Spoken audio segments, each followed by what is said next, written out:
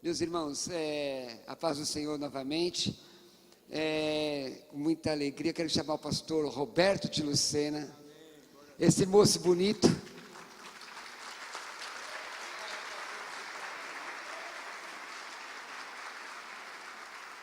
Pastor Roberto de Lucena é pastor da Igreja O Brasil para Cristo, pastor presidente da Igreja Brasil para Cristo em Arujá, foi presidente nacional da nossa denominação. Hoje serve a Deus também como deputado federal e tem sido uma luz no meio daquela confusão toda lá, e que o Senhor possa guardá-lo, né, irmãos? Vamos orar para que o Senhor possa protegê-lo. Tem sido um pregador desses 50 anos, 51, de cura divina, de libertação, meu pastor e, acima de tudo, meu amigo, não é? Porque ser amigo é uma coisa séria, uma coisa séria. Muito obrigado, pastor, por ter vindo à nossa igreja, Quírios.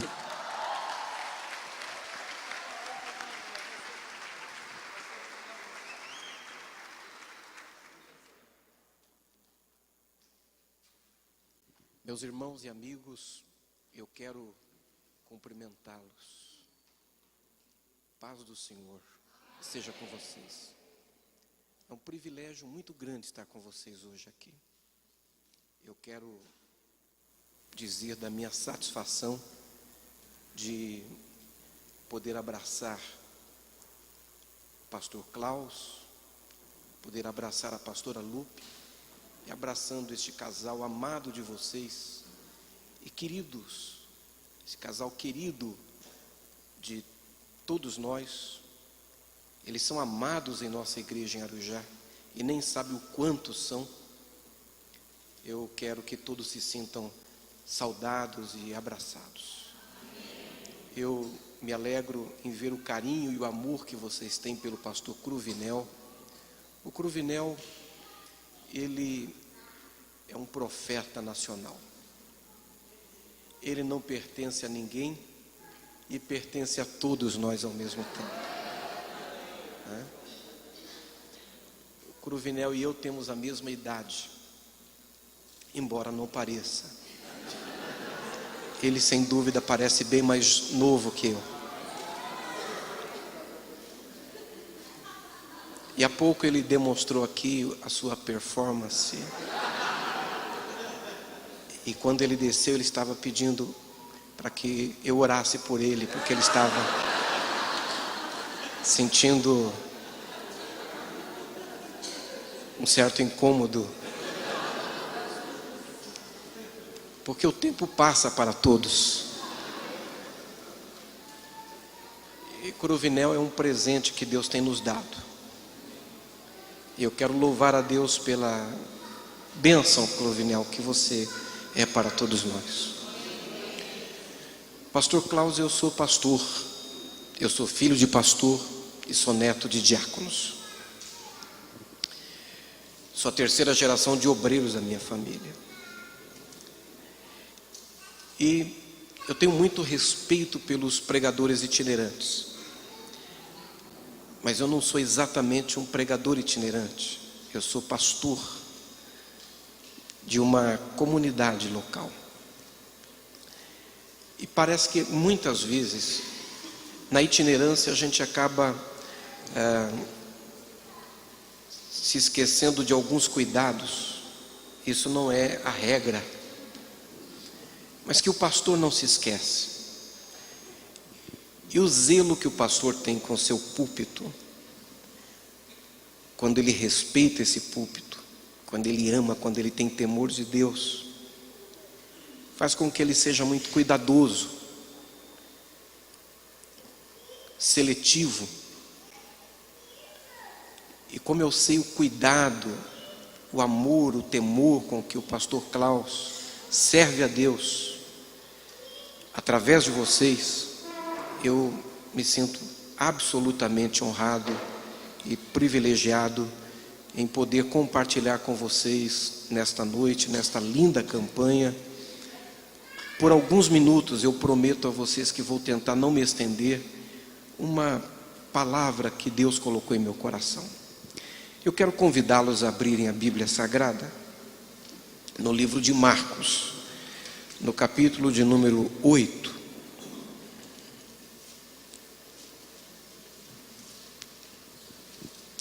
A partir do versículo de número 10.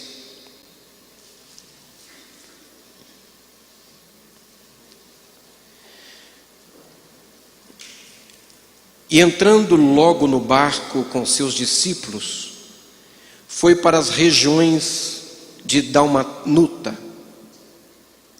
E saíram os fariseus e começaram a disputar com ele, pedindo-lhe para o tentarem um sinal do céu. E suspirando profundamente em seu espírito, disse: por que pede essa geração um sinal? Em verdade vos digo que a esta geração não se dará sinal algum. E deixando-os, tornou a entrar no barco e foi para o outro lado. E eles se esqueceram de levar pão, e no barco não tinham consigo senão um pão. E ordenou-lhes, dizendo: olhai, guardai-vos do fermento dos fariseus e do fermento de Herodes. E arrazoavam entre si, dizendo: é porque não temos pão. E Jesus, conhecendo isso, disse-lhes: para que arrazoais que não tendes pão? Não considerastes, nem compreendestes ainda? Tendes ainda o vosso coração endurecido? Tendo olhos, não vedes, e tendo ouvidos, não ouvis?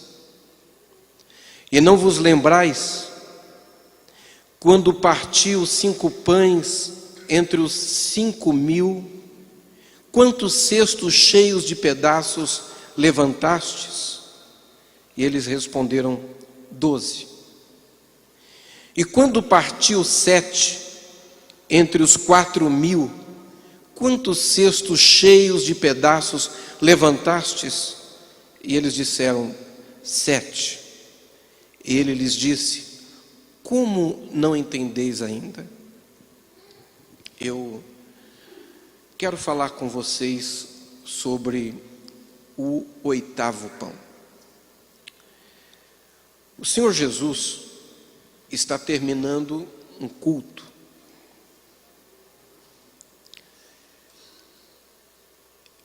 Um daqueles cultos que nós participamos, e se nós pudéssemos, esse culto nunca acabaria, ele nunca terminaria.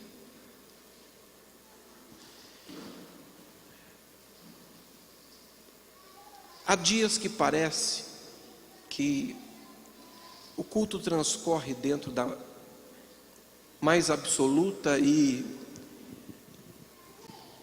inconveniente normalidade.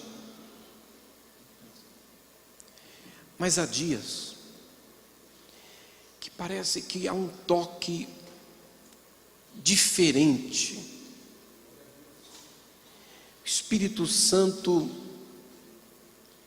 abre um canal de conexão e de alguma forma há um toque especial. Há uma resposta, uma palavra de revelação, há uma unção no louvor, há um testemunho de resposta que edifica a fé de muitos, que promove a exaltação e glorificação do nome de Jesus.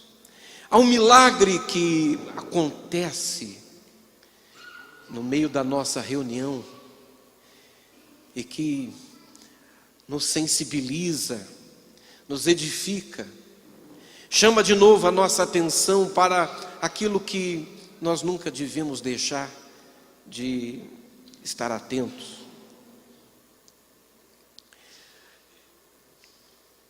Os discípulos de Jesus viviam este privilégio com Jesus. Não havia com Jesus um culto igual ao outro. E este culto que eles terminaram de participar de maneira especial, no final, havia se repetido o milagre da multiplicação dos pães.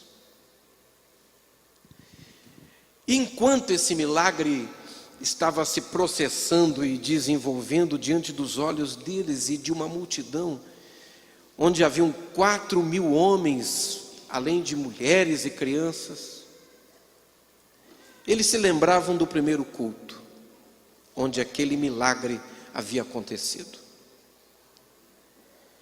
Havia marcado a vida de muita gente, pessoas que aos milhares voltaram para suas casas contando, e contaram para a sua família, e repetiram para os seus filhos e netos, daquele dia em que eles estavam reunidos com o pregador, Jesus de Nazaré.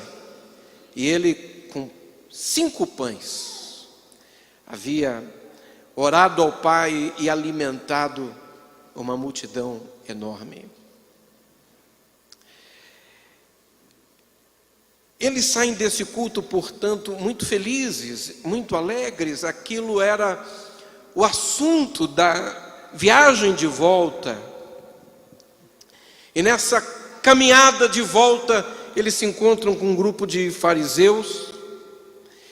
Eles então começam a apertar Jesus, eles querem testar Jesus, provar Jesus, colocar Jesus à prova.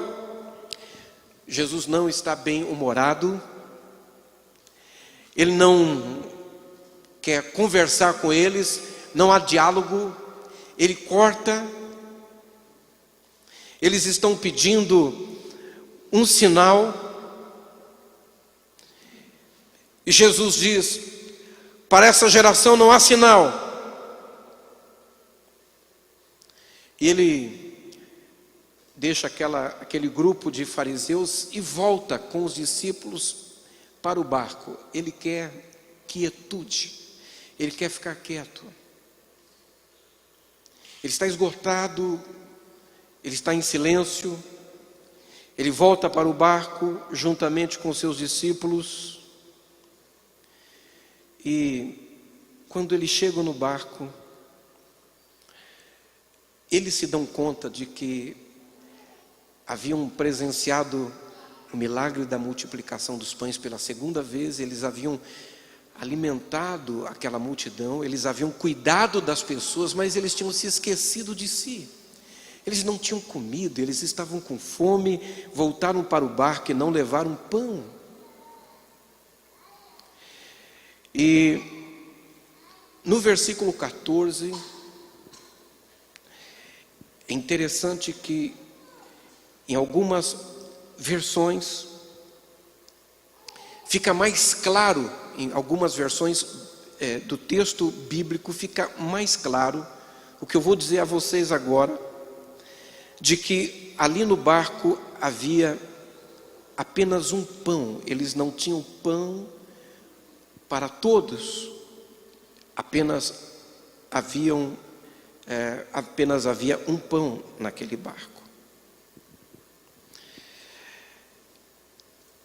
E quando eles estavam então, a ficha estava caindo e eles estavam se dando conta de que estavam com fome e de que não tinham comida, Jesus começa a conversar com eles e diz: vocês precisam se guardar do fermento dos fariseus e do fermento de Herodes.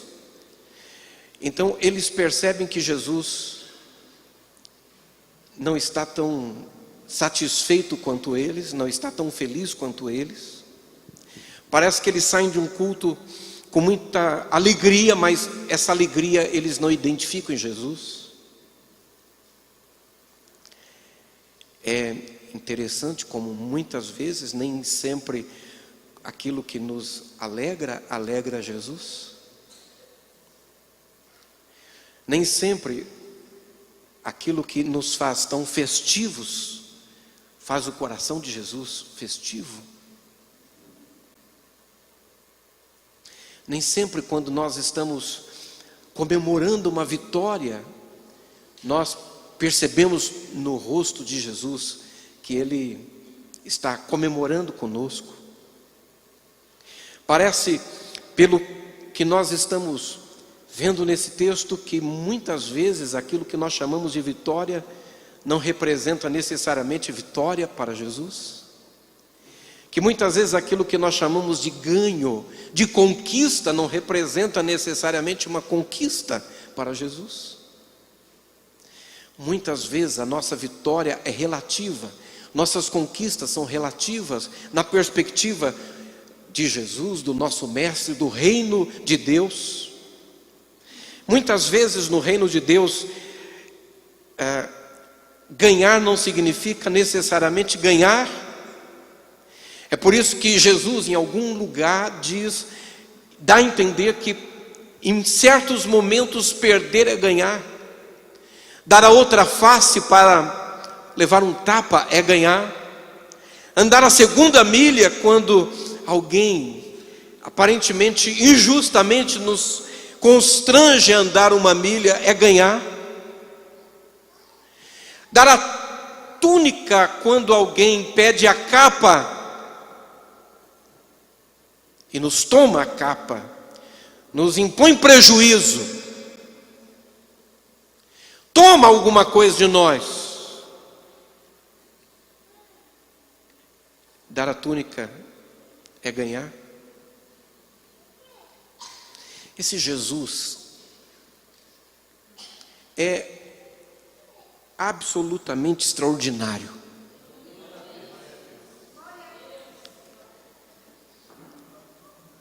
Eu sou completamente apaixonado por Jesus.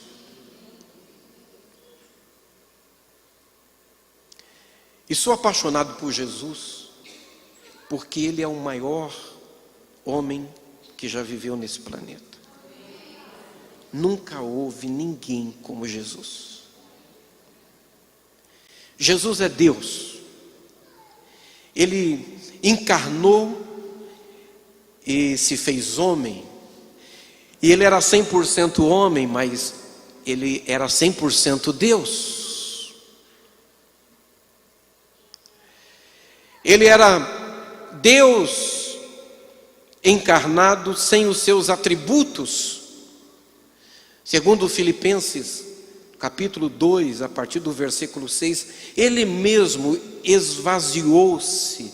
Ele voluntariamente abriu mão dos seus atributos para cumprir esta missão do ide extraordinário do Pai, que amou o mundo de tal maneira que deu o seu Filho unigênito, para que todo aquele que nele crê não pereça, mas tenha vida eterna. Ele se veste de carne e de sangue e vem viver com a gente, vem tabernacular conosco, sem os atributos divinos, mas não deixa de ser Deus.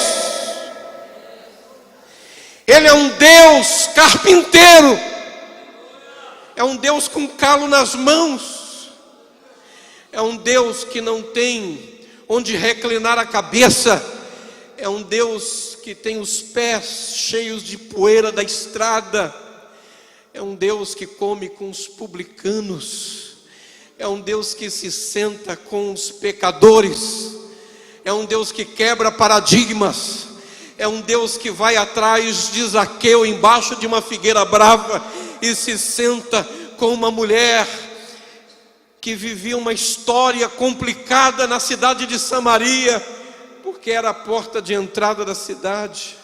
É um Deus interessado no desinteressante, é um Deus que se interessa por leprosos, que conversa com cegos à beira do caminho, que chora diante da morte de um amigo, que abraça crianças. Se Jesus não fosse Deus, se Ele não fosse Filho de Deus, eu seria cristão do mesmo jeito, porque nunca houve um filho como Jesus, nunca houve um irmão como Jesus, nunca houve um amigo como Jesus, Nunca houve um cidadão como Jesus. Nunca houve um justo como Jesus, um crente como Jesus.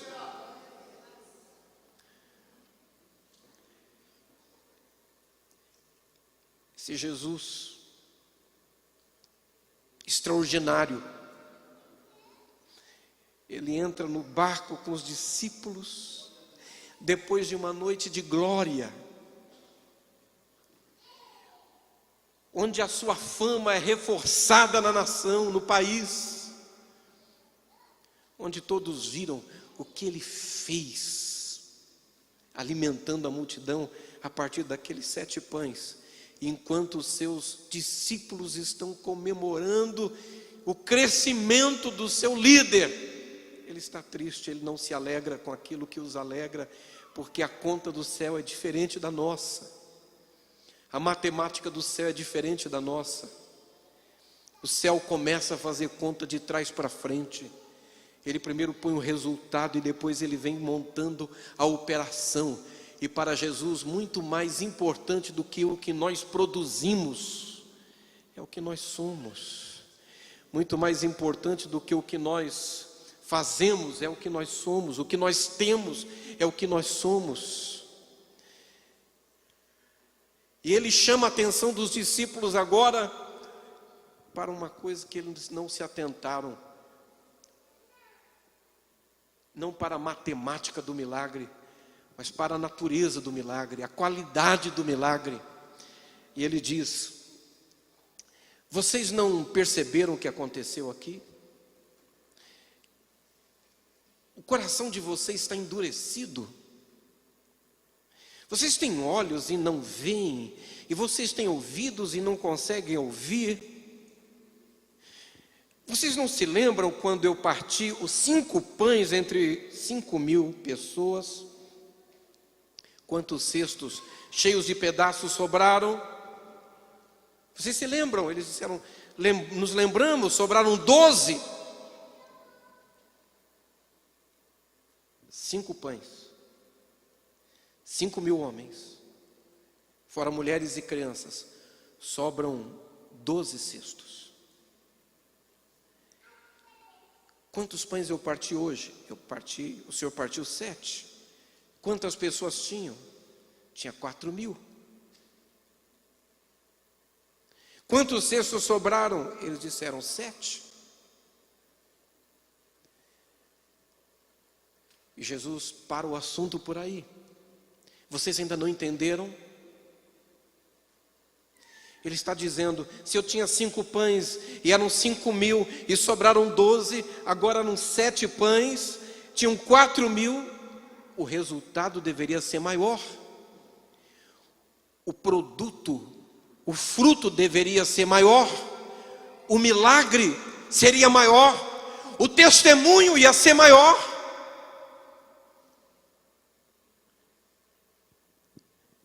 Mas quando ele pergunta,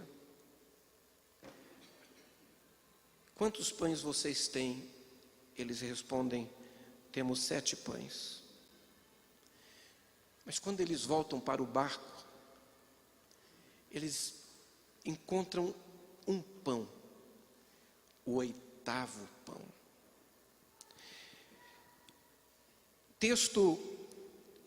Essa narrativa bíblica também é reproduzida no capítulo 16 de Mateus.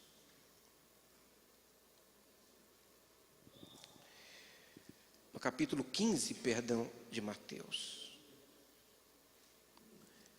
O 8º pão. Jesus está chamando a atenção deles para o 8º pão. O pão que alguém escondeu. O pão que alguém guardou. O pão que alguém não entregou, não colocou em suas mãos, não entregou totalmente, inteiramente. E ele disse, a entrega nessa noite foi parcial. Por isso o resultado foi menor. Se a entrega fosse absoluta, se ela fosse total, o resultado e o testemunho teria sido maior. E é por isso que ele está triste, não por ele, mas por eles, porque a Bíblia diz que aquilo que os olhos não viram, que os ouvidos não ouviram, e não desceu ao coração do homem, são as coisas que ele preparou para aqueles que o amam. Eu estava ouvindo atentamente o nosso pastor dizer milagre. Ele repetiu algumas vezes a palavra milagre. Ele disse: nós cremos no milagre, esperamos o milagre, vocês estão buscando o milagre. Eu sei que esta igreja vive um milagre, eu sei que esta igreja é um milagre, ela é fruto de milagre. Eu sei que nós temos diversas pessoas aqui que são resultados de milagres, são testemunhos, são resultados de oração, são testemunhos de intervenção, de manifestação divina na vida da igreja, na vida de uma família, em resposta à oração de uma mãe, em resposta à oração de uma esposa, em resposta à oração de pais. Como eu louvo a Deus pela vida de vocês. Essa igreja tem quase 25 anos, está caminhando para o seu jubileu de prata. Como Deus tem cuidado de vocês. Nós estamos vivendo um momento, talvez o momento mais importante da história da igreja na face da terra. Um momento que todos nós esperamos,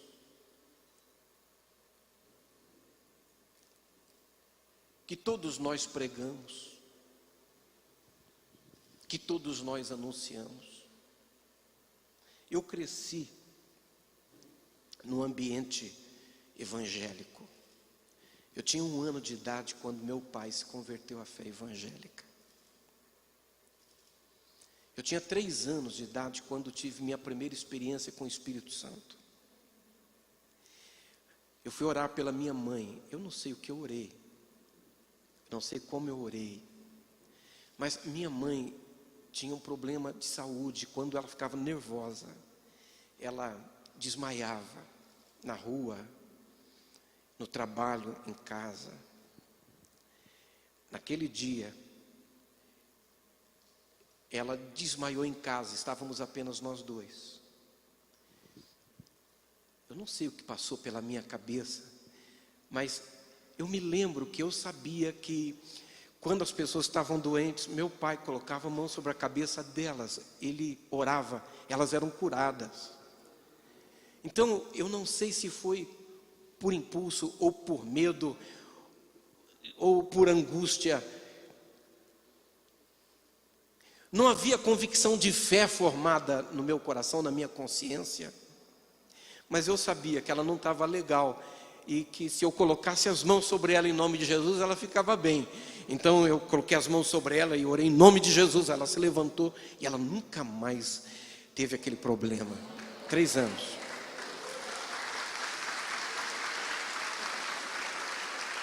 Eu tinha 6 anos de idade quando eu tive minha primeira experiência com Jesus, quando eu conheci Jesus. Foi exatamente o dia que eu comecei a pregar, quando eu preguei pela primeira vez. Eu estava sentado assim, no primeiro banco, à frente, na cidade de Santa Isabel, na Igreja Brasil para Cristo. Meu pai era o pastor da igreja, e ele era muito nervoso. Quando ele e minha mãe se casaram, minha mãe era viúva, tinha 5 filhos. Meu pai tinha 2, então 5 é o número da graça. 2 é o número da divindade. Eles se casaram, começaram com 7, que é o número da perfeição. E nascemos mais 5. E aí fez 12, que é o número do governo de Deus. Então, quando meu pai chegava ao culto, metade da congregação chegava com ele. E nenhum filho podia andar na igreja na hora do culto. Se andasse, apanhava em casa do meu pai. E acredita em mim, não era bonito de ver.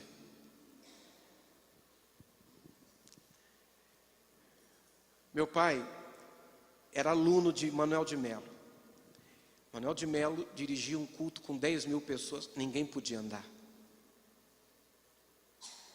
Naquele dia de manhã, meu pai disse: meus irmãos, vamos abrir a oportunidade para quem deseja falar alguma coisa. Alguém me empurrou. Eu caí de frente para o meu pai. Eu vi que ele olhou para mim, ficou nervoso, ficou vermelho. Eu não tive dúvida, eu era muito tímido. Eu não tive dúvida, eu virei para a igreja. Saúdo os irmãos com a paz do Senhor. Tinha 6 anos. Eu preguei a primeira mensagem da minha vida, foi Eclesiastes 3, há tempo para todas as coisas.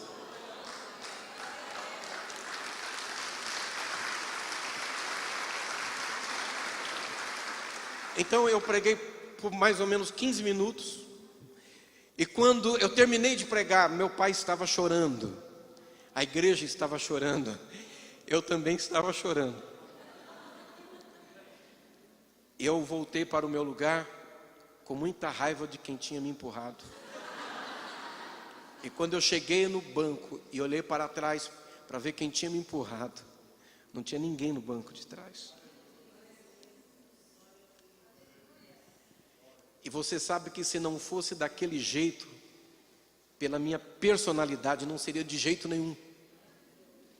E aquela mão que me empurrou é a mão que tem me ajudado a ficar de pé por todos esses anos.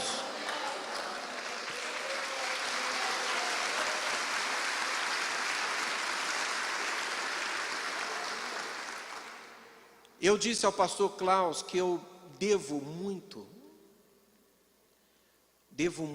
a um missionário batista chamado Irmão Cabral. Quando eu tinha 8 anos, eu pregava todos os cultos.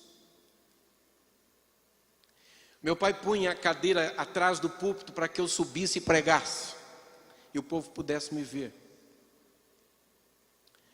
Então eu tinha 8 anos e eu fui promovido, porque eu era faxineiro da igreja, era zelador da igreja. O meu pai à noite me dava o microfone, de dia me dava a vassoura, me dava o balde. Na sua sabedoria sertaneja, ele queria me proteger, ele queria impedir, evitar que eu me monstrificasse. Então eu saía à noite do culto e achava que eu era o maior pregador do mundo, mas no dia seguinte eu estava com a vassoura e a cera encerando o vermelhão da igreja.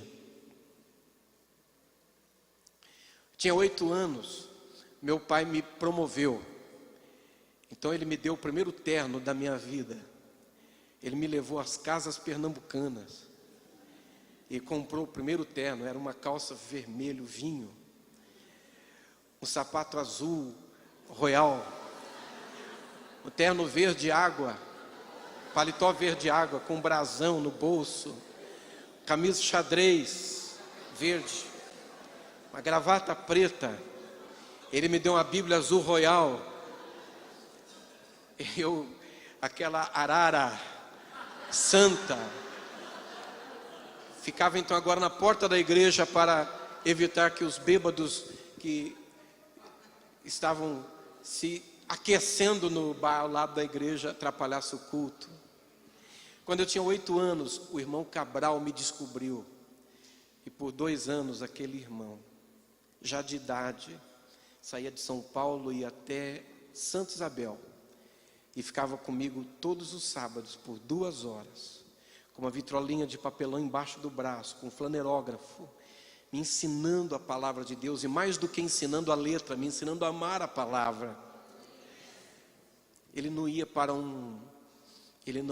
uma congregação, ele não ia para uma sala de crianças, ele ia para uma única criança. Ele investiu 2 anos da vida dele, todos os sábados, em uma única criança.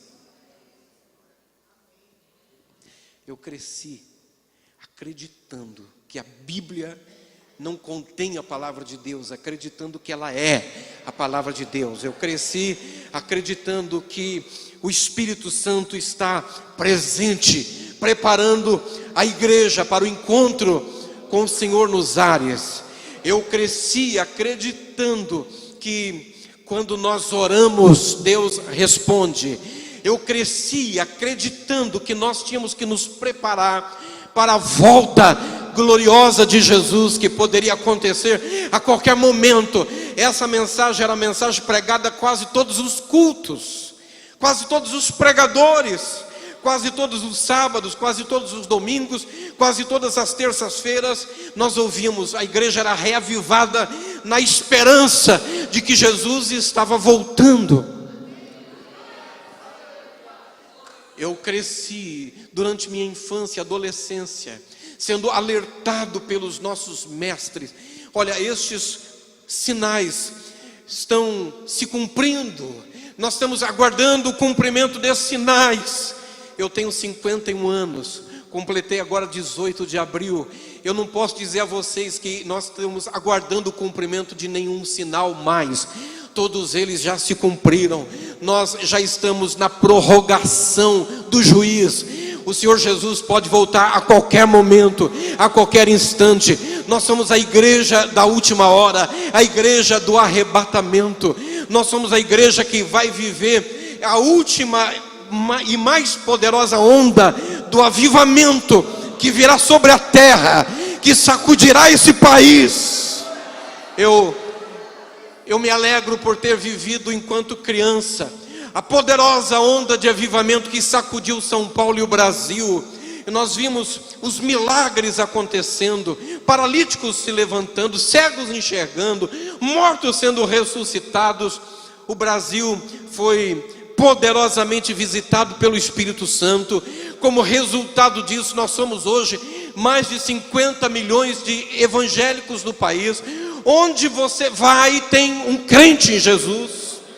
Esses dias cheguei no gabinete do presidente do Senado da República, e quando cheguei, uma senhora está saindo, os olhos cheios de lágrima, enxugando as lágrimas caíam pelo rosto. Eu a cumprimentei, perguntei: está tudo bem com a senhora? Ela disse: está. O senhor desculpe, é que nós acabamos agora uma reunião de oração lá no gabinete do presidente do Senado. Você chega no gabinete do presidente da República, a chefe de gabinete dele é uma moça de oração, de monte, de jejum, consagrada a Deus. Nós estamos em toda parte, de norte a leste, de norte a sul, de leste a oeste. Mesmo que Satanás quisesse, ele não podia agora parar a igreja. A igreja não será parada. Se ele quisesse agora fechar as mãos, ele não conseguiria impedir a igreja de continuar crescendo, a igreja de continuar avançando.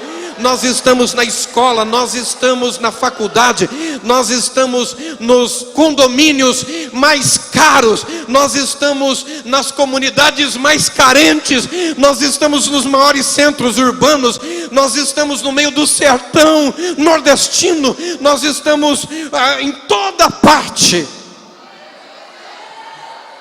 Isso é resultado daquele poderoso avivamento da década de 50 e 60. Mas o que nós vimos, o que nós registramos, o que nós vivemos, são gotas, perto do que eu estou convencido que será a grande chuva que Deus vai derramar sobre o país, sobre o Brasil e sobre o mundo nesses próximos anos. E eu quero parabenizar você, porque você está no lugar certo.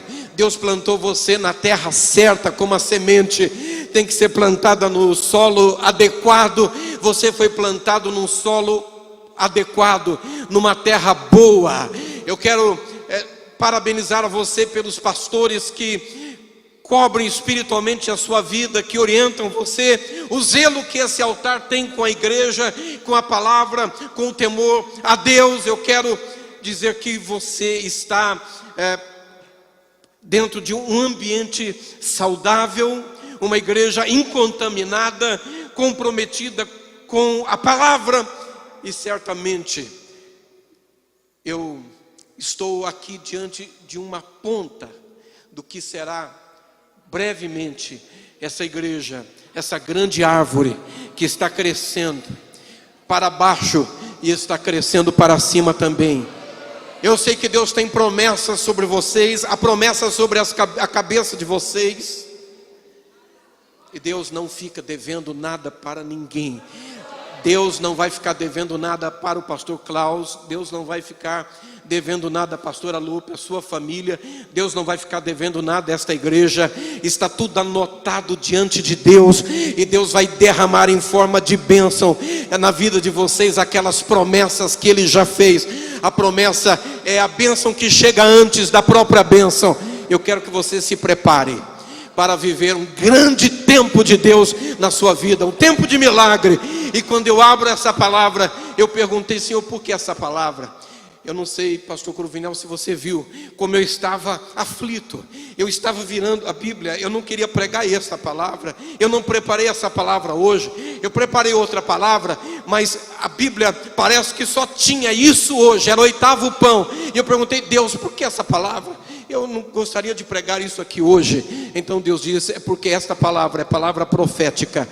Por que palavra profética? É palavra profética porque o resultado será grande. Por quê? Porque não me negaram o 8º pão.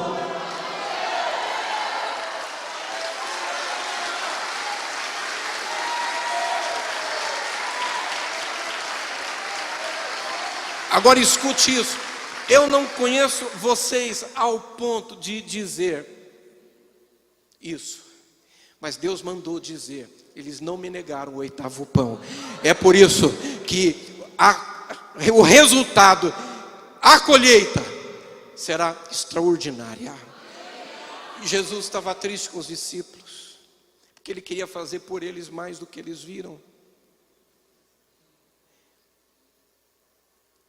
Ele queria que eles tivessem uma experiência maior do que a que eles tiveram.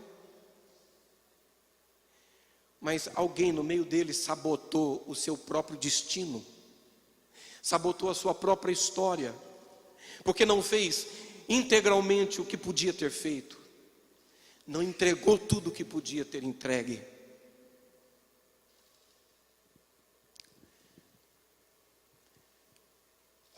Jesus entende de semeadura como ninguém, porque Ele próprio foi a grande semente de Deus. Porque um dia na eternidade, Deus decidiu que queria expandir a família. Ele queria colher filhos. Então Ele olhou para os querubins e Ele sabia: não adianta plantar querubim se eu quero colher filho. Porque se eu plantar querubim, vou colher querubim. Não adianta plantar serafim, porque vou colher serafim. Não preciso de serafim. Não adianta plantar anjo, porque não quero colher anjo. Eu já tenho anjos. É por isso que nenhum anjo morreu na cruz do Calvário. É por isso que não foi um arcanjo que morreu na cruz do Calvário. É por isso que no princípio era o Verbo, e o Verbo estava com Deus, e o Verbo era o próprio Deus, e o Verbo se fez carne e habitou entre nós. Porque Deus queria colher filhos, e Jesus, que entendia como ninguém de semeadura, disse: se o grão de trigo cair na terra e não morrer, fica só, mas se morrer, ele produz muito fruto.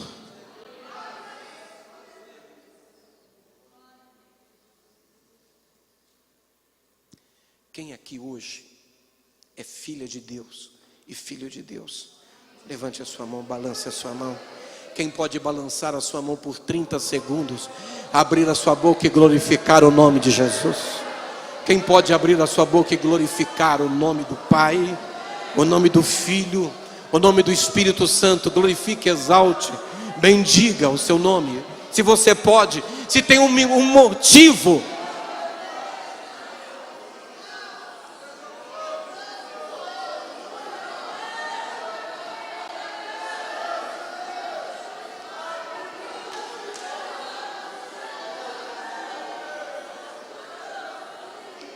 É por isso que a Bíblia diz que Deus amou o mundo, que deu seu Filho unigênito. Unigênito significa único gerado.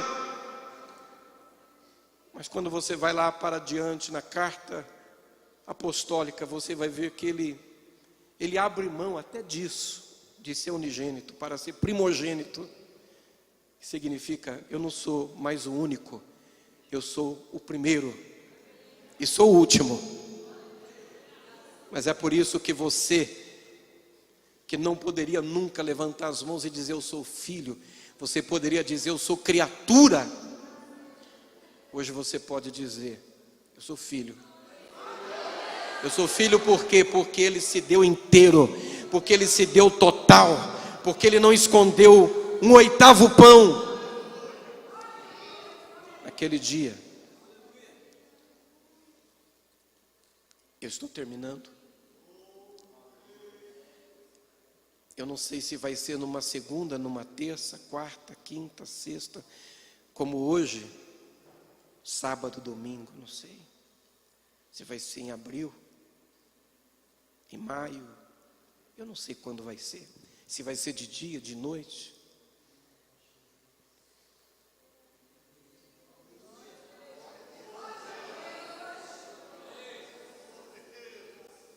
Mas será um dia aparentemente normal.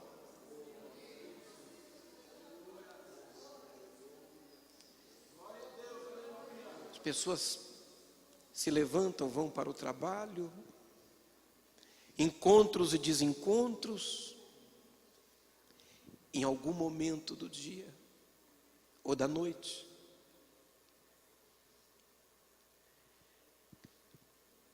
O apóstolo Paulo diz: o arcanjo de Deus toma a trombeta de Deus. Essa trombeta nunca foi usada antes.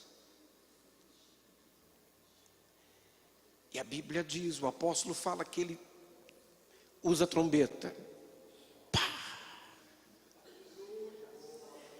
Aquela trombeta é o instrumento mais poderoso do universo. Se você reunir todo o arsenal atômico do planeta Terra, ele é muito, muito, infinitamente menor do que o poder daquela trombeta.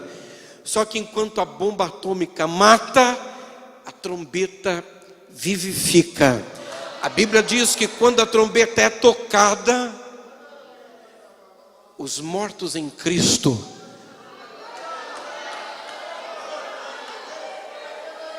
ressuscitam primeiro.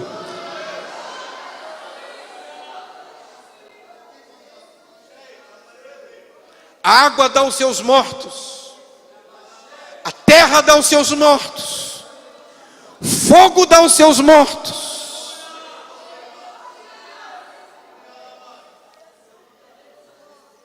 As moléculas se encontram, os átomos se procuram. O movimento envolve o planeta. E o apóstolo diz: os que dormem em Cristo são ressuscitados. E depois nós que estamos vivos,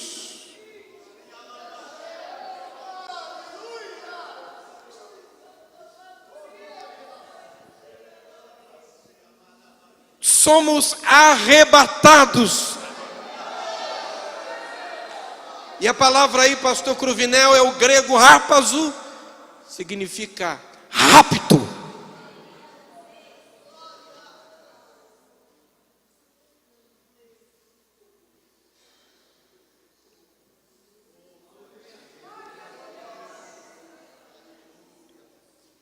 Dois deitados na cama, um é levado, outro é deixado. Dois no campo, um é levado, outro é deixado.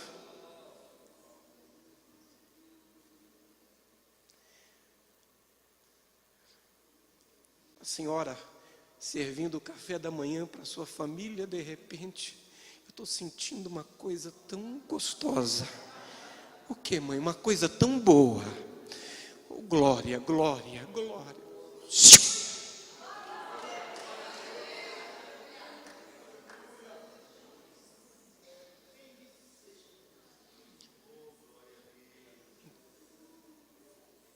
todos os lugares, como um relâmpago que sai do Oriente e vai até o Ocidente. O apóstolo Paulo diz que nós somos arrebatados e, no abrir e fechar de olhos, num piscar de olhos, transformados, e nos encontraremos com o Senhor nos ares. E aí, filho do Pai Celestial, filho japonês, chinês, coreano, sírio,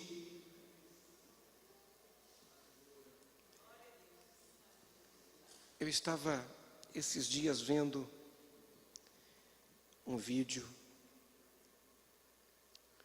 de alguns irmãos nossos enfileirados e sendo decepados, decapitados pelo crime de serem de Jesus.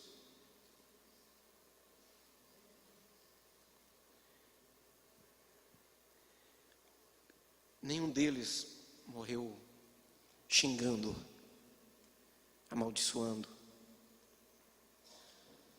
Eu fiquei pensando nesse momento. Alemão, francês, americano, sueco, brasileiro.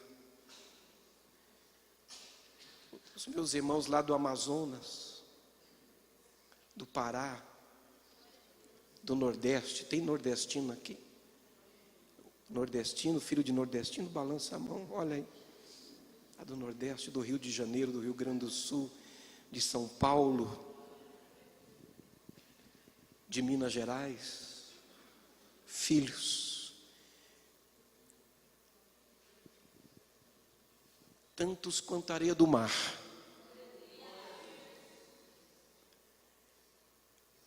Porque um dia, ele não escondeu nada dele. Ele sem reserva se entregou. E se eu posso, e aqui eu termino, deixo com vocês essa palavra.